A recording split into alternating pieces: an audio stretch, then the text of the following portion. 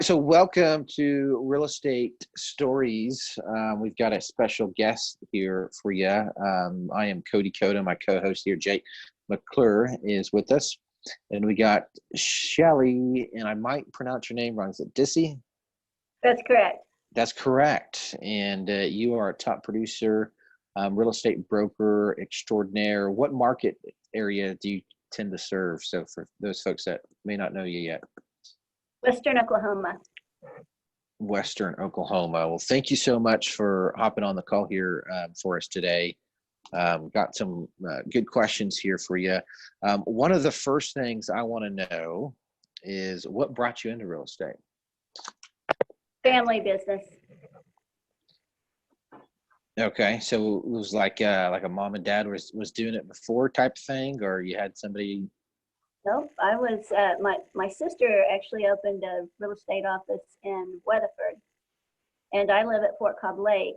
And so we're both from a real small town, maybe 100 people, called Oni or Albert.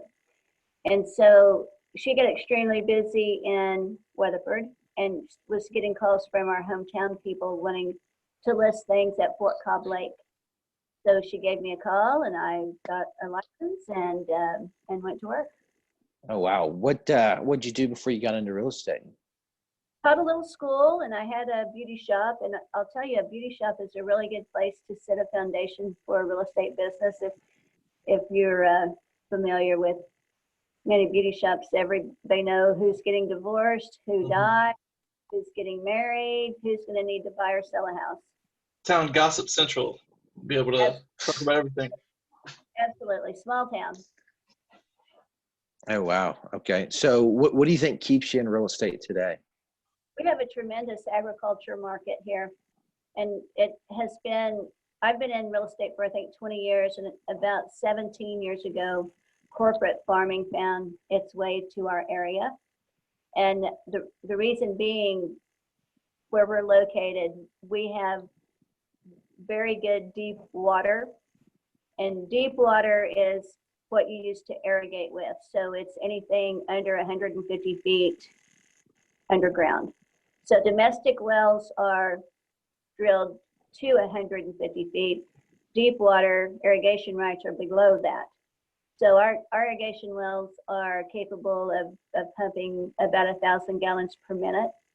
And we're flat land and sandy ground. So corporate want that type of ground because they have huge equipment, and it doesn't get torn up like it would on a rolling farm or a terraced farm.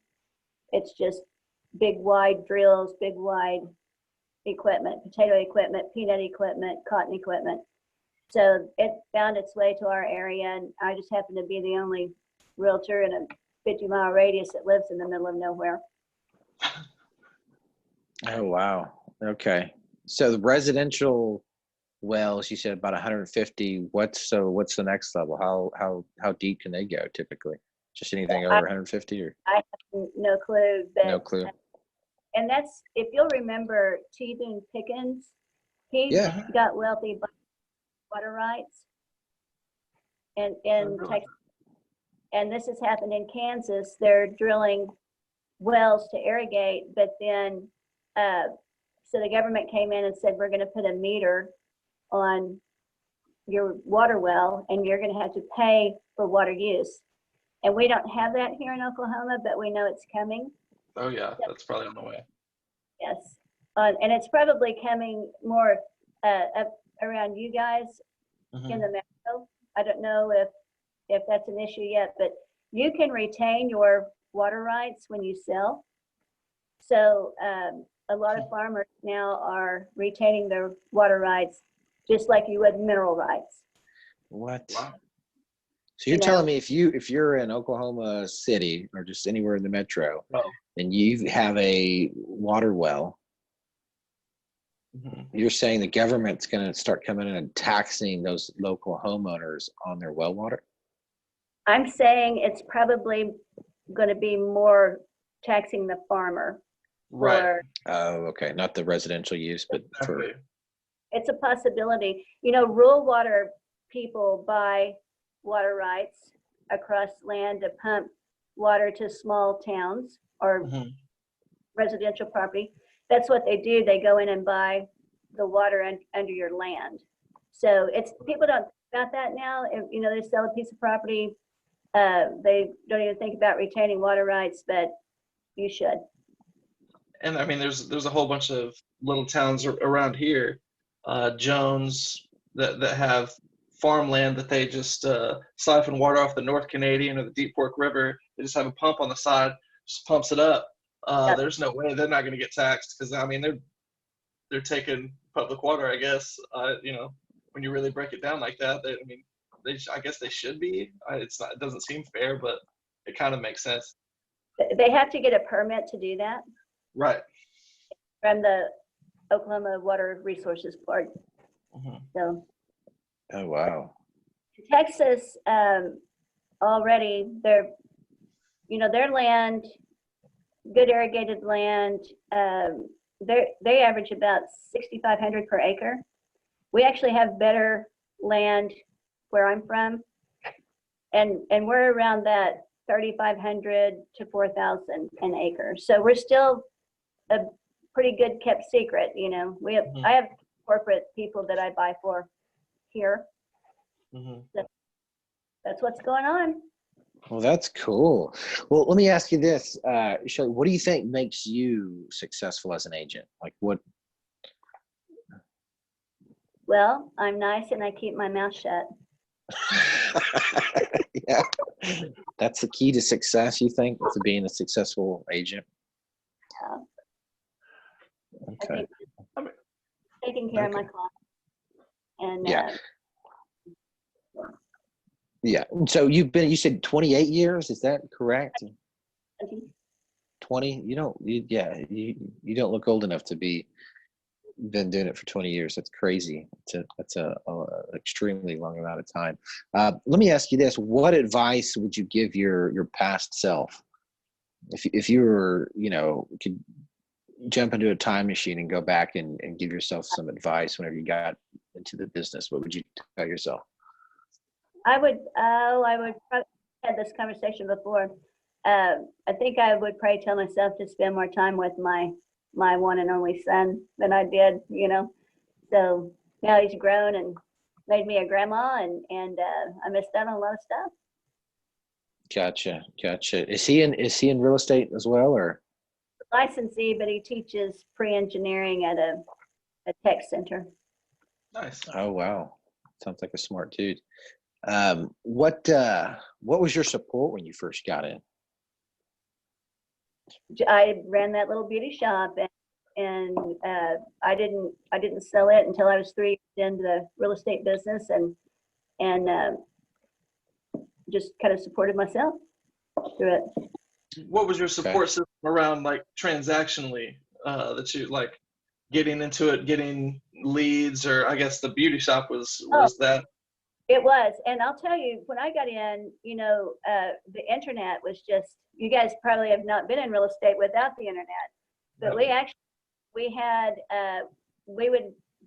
would make our own data sheet, and we'd carry around a notebook, and we would interact with each other, but you didn't know who, other than the newspaper. Right. You didn't, and when I came into the market at Caddo County, I was the first multi-list realtor in the county, and they weren't happy to share. So, you know, Really? it was, they were used to it in Weatherford. They had started, kind of created their own little kind of MLS, you know, but where I opened an office in Anadarko, it was not commonplace, and I wasn't well liked by the, you know, the other realtors that, well, like these, I guess. So Right. paper, and you carried around a notebook, and you could let somebody show your property if you wanted to, but I didn't get to show anybody. So Really? yeah, Oh, it's all, that's crazy. I don't think Wild West. you have no clue what it was like back then. What disillusions did you have when you got into it? Maybe that you kind of uncovered and thought, like, maybe you thought it was going to be something that it wasn't, or, you know, did you have any disillusions kind of, you know, that you uncovered? A few. I didn't realize that evenings and weekends were vital if you wanted to make a living in this field. Back. So that was a disillusion that I had. But other than or the hours that you put in, you know, I just didn't think that it would take that much time from start to finish. People always talk about, oh, I got into real estate so I can have more time, and like that's the you know, that's the trap. You get into it thinking you're gonna have all the time in the world, and you either don't sell anything, or you do sell something and you're stressed out trying to figure it out because you have no support or idea what you're doing. Right. It's I get tough. a lot of. I think I want to sell real estate part time. Okay. Yeah, part time. That's fun. It's a full-time job no matter what. I'm curious to know, Shelly, what if you were to give, you know, a recommended, I know it can be difficult with everybody's own skill sets, but if you were to say, hey, for you to be successful, you need to be, you know, investing this amount of time each week. What would that, you know, look like? I think you'd tell somebody in terms of time that they would need to invest in their business. But I still invest 50 hours a week. Minimum 50. Yeah. Yeah. So I you know, I just know, and I'm a small company. And I've got a gal that just started and another man, but you know, that would be my suggestion. I think you just have to hit it hard. Yeah, I would agree with that. Who is your inspiration in real estate and why?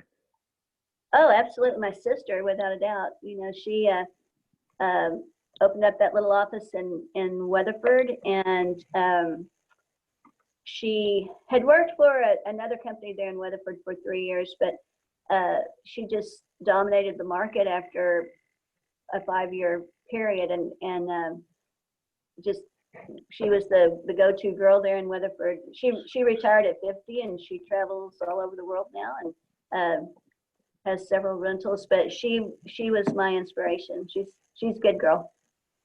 Awesome. Okay, so we're gonna have some fun questions here for you. And please share as much as you can. What do you think has been your most embarrassing or most funniest moment you've had in real estate? Maybe you might have a story or something you can share. This like I have a hilarious one. I just don't know if I can tell it. Yeah, sure. Yeah. Just with no names or like Yeah. or anything like that. And Protect the innocent. Yeah, but yeah, share away. And I didn't tell this for a long time because it was. I'm from the area where people get strung up for stuff. Right.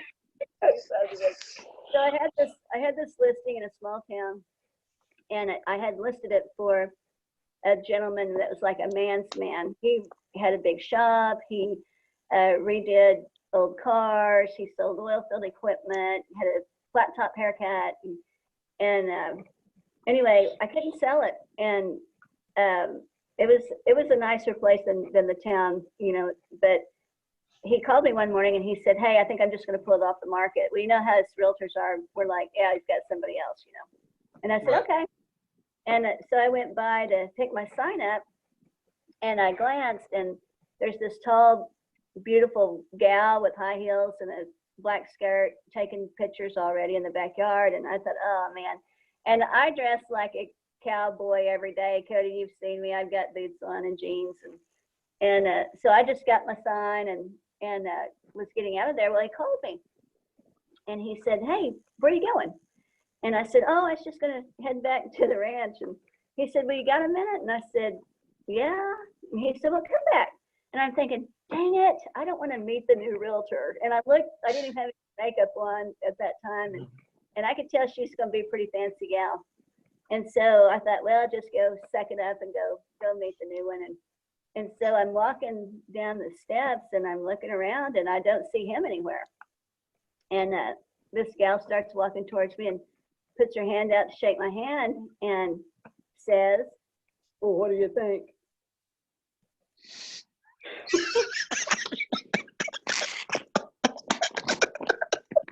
That's probably one of the best stories I've heard on here. That's good. That's really good. Wow.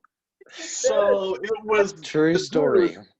dude, it was his house, And it was and he him. was just in fancy girly get up. Got it. So anyway, Wow.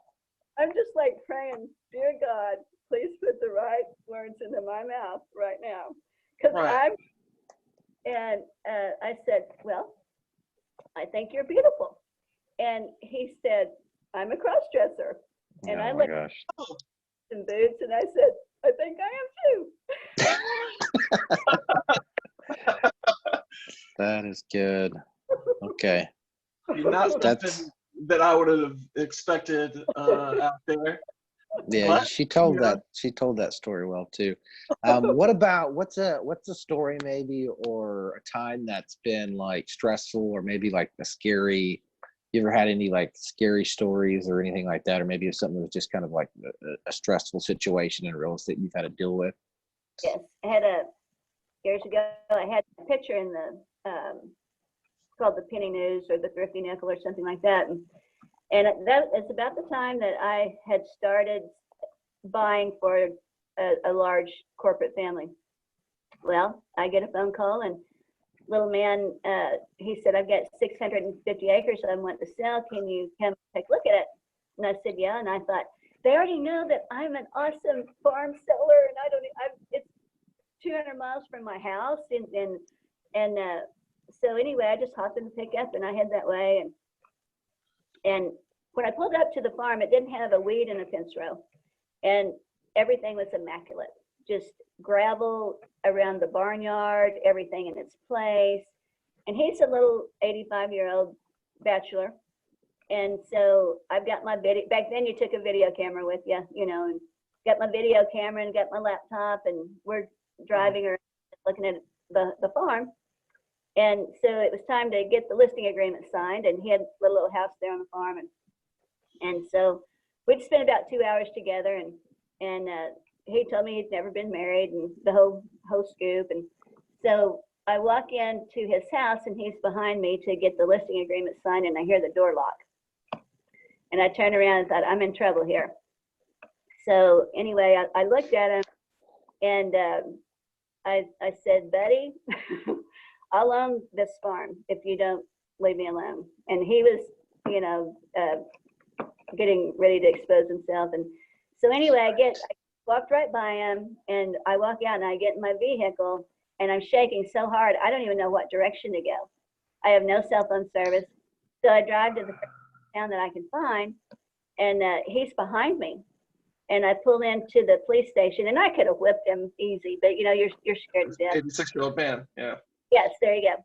And so the little sheriff there, town cop or whatever, I just walked in and told him what happened, and he said, ma'am, this isn't the first time this has happened with him. He said, if you got your picture in the newspaper, get it out of there. And that this has been years ago, but wow. I've never left the house without a gun since. And it happens. And I worry about younger women that don't know what they could do right now, and men too. So it's just, we're going to a vacant property to meet somebody that we've never met before. And it's not always a safe thing, but I've never had any trouble since then. And it's uncommon, but it does happen. Well, with 20 years experience, I knew we were going to have some good stories, but these are some good stories. Okay. What about a moment that maybe like outside, this is almost kind of fits in that one, but maybe a disheartening or kind of a moment where you're kind of let down, maybe it was doing, yeah. Oh, like a letdown? Yeah. Well, gosh, I'm always let down if I made a mistake if I didn't fill something out right on a contract, or if I'm working with older people, I am almost paranoid about anybody thinking I would take advantage of elderly. So Right. I always have a family representative there, because they get confused easily and they can read it and understand it. So that's would be my letdown. Yeah, I know what you're talking about. I've experienced some of that stuff too. That's good advice too, to have a representative from the family there to Yeah. help. What about a time that's just been maybe really joyful for you, real happy, or something that you've brought you a lot of joy? Surely you got a lot of those stories. I do, almost every one of them. Just getting to know people in the real estate profession, other realtors that I work with, and meeting investors that I would have never met in my life. Standing behind a beauty shop chair, just the people part of it. That's good. When did you know you made it, Shelly, in real estate? I don't know that I have yet. You're gonna say that. Was it a year in? Was it a transaction count? Was it a dollar figure in the account? Like what? The point that you were like, I'm not going back to cutting hair. Yeah. I wasn't comfortable until I had made $100,000 a year. And then I thought, hey, this might work out for me. That was my number. So that's how I rate. That's how What's the most you made previous to real estate? I think my biggest year was around the 270. It was a good year. Yeah, it was a good year. So That's awesome. And they signed an agreement with me to pay my commissions. So that allows me to be able to go to a farm owner and say, hey, they're going to pay all closing costs, and here's the offer, and this is what you get in your pocket. And it sure does simplify things, but they get to buy a lot of land by doing that. So did you say the buyer's paying your commissions? Yes. Oh, that's so awesome. So your offers are way more competitive. And all the seller's closing costs, because it's such a competitive. The seller's closing costs. It's crazy. It's crazy. But there's just, and it'll run out because I don't have any farms left to sell, and there's people that do have them. I don't know with this virus thing though, and they had a horrible farm. Their cotton was horrible last year, but they're holding on because the farm brand has doubled in price. So I wouldn't sell either. I don't want to sell my farms, so I'm hanging on. Yeah, that's smart. How would you describe your personality? Well, with yours? I think that I'm really easy to get along with, and kind of bubbly, and I like people. So yeah. What's maybe a character trait or something like somebody else has described? We've all kind of experienced that where somebody may be like, "Oh, Shelly's this," but you don't see that in yourself, or you don't recognize that. Oh gosh, that's a hard one. I think just that I'm so easy to work with, and if anybody's going to get the bad end of the deal, it's going to be me. If I did make a mistake, or if I've reduced commissions for I don't even know how many times, to try to get the buyer and seller together and make something work. Awesome.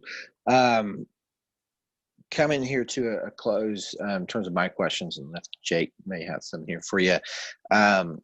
If you were to sell your house and you weren't an agent, or better yet, if you were to have a family member that has a real estate need and you weren't an agent, like what agent would you call? It can't be me or Jake, obviously, because I know you would immediately want us to represent you, but what? And no family that already, because you have a lot of family that in real estate too. So eliminate no them. family members and no exist. Yeah, what agent would you hire? Do you think to provide that real estate service? Oh, maybe God. Kind of give some love to another agent out there. That you just feel would be the best person if you didn't exist. Yes. Yeah. Oh, I gotta think. Oh, there's a little gal at Hinton named Neely Tucker. She Mhm. works for Eagle Realty out of Weatherford. Yeah. Super nice, very knowledgeable, hard worker, good girl. I'd probably Neely Tucker. Awesome. How do you know her? I've worked a couple of transactions with her, and she lives in a town about 30 miles from where I live. Okay. Cool. Okay, cool. Well, Shelly, was there any questions or anything you want to share? Maybe anything we didn't ask you think that we should have? I think you covered a lot of ground. I wasn't quite prepared for this. No, I You can't. You know, it turns out neither were we, based on Yeah. the whole thing. So it's all right. Kind of hoarded my office door locked and trying to get, trying to stay away from the yucky stuff. But I would have maybe put a little makeup on and fixed my hair. All the cooties out there. No, you look great. You and I appreciate you coming on. So, viewers at home and everybody else, where can they find you if they got a real estate need kind of in your area, or maybe any social media platforms where they you want people to follow you, or where they could reach out to you? Well, I'm on Facebook, and then of course my cell phone is the easiest way to contact me, and that's about it. I mean, we're the normal leads like realtor.com and those websites, but call me on my phone. And that's Shelly, and last name is Disse. It's Disse, or can you spell that out for us? Or did I spell it right? Yep, Yeah, you did good today. Cool. Yeah. Okay. Awesome. Well, thank you so much. I appreciate your time, and you're an amazing agent. I was glad that you spent some time with us today. So we're going to Thanks, go Shelly. ahead and sign off. Thank you. Thank you, Jake. Bye. Bye. Yeah.